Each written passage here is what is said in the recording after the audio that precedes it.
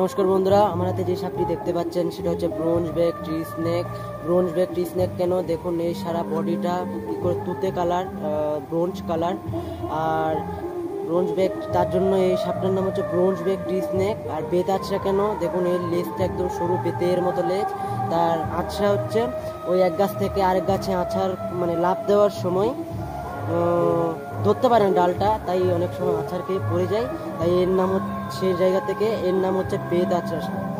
সম্পূর্ণ নির্বিষ, নন ভেনোমাস, চোখ দুটো বড় বড় দেখুন, আর সারাদিন জিভটা লপলবায়।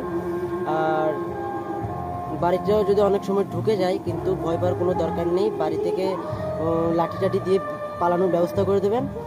আর এই সাপের একটা বিশেষত্ব হচ্ছে, দুটো বিশেষত্ব।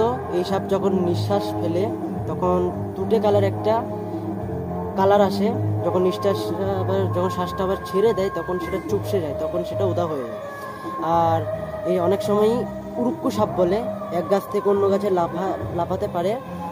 তো এখান থেকে প্রায় 100 মিটার দূরত্ব পর্যন্ত এই সাপটি লাফ দিতে পারে, তাই অনেক সময় অনেকে দেখেছে যে এই সাপটা উঠতে। এসব আরেকটা সাবস্পিসিস রয়েছে, সেটা হচ্ছে লাউডোগা সাপ, কিন্তু এটাও একটা গাছের সাপ, সম্পূর্ণ নির্বিষ। এরকম আরও ইনফরমেশন পেতে আমার পেজটিকে ফলো করুন।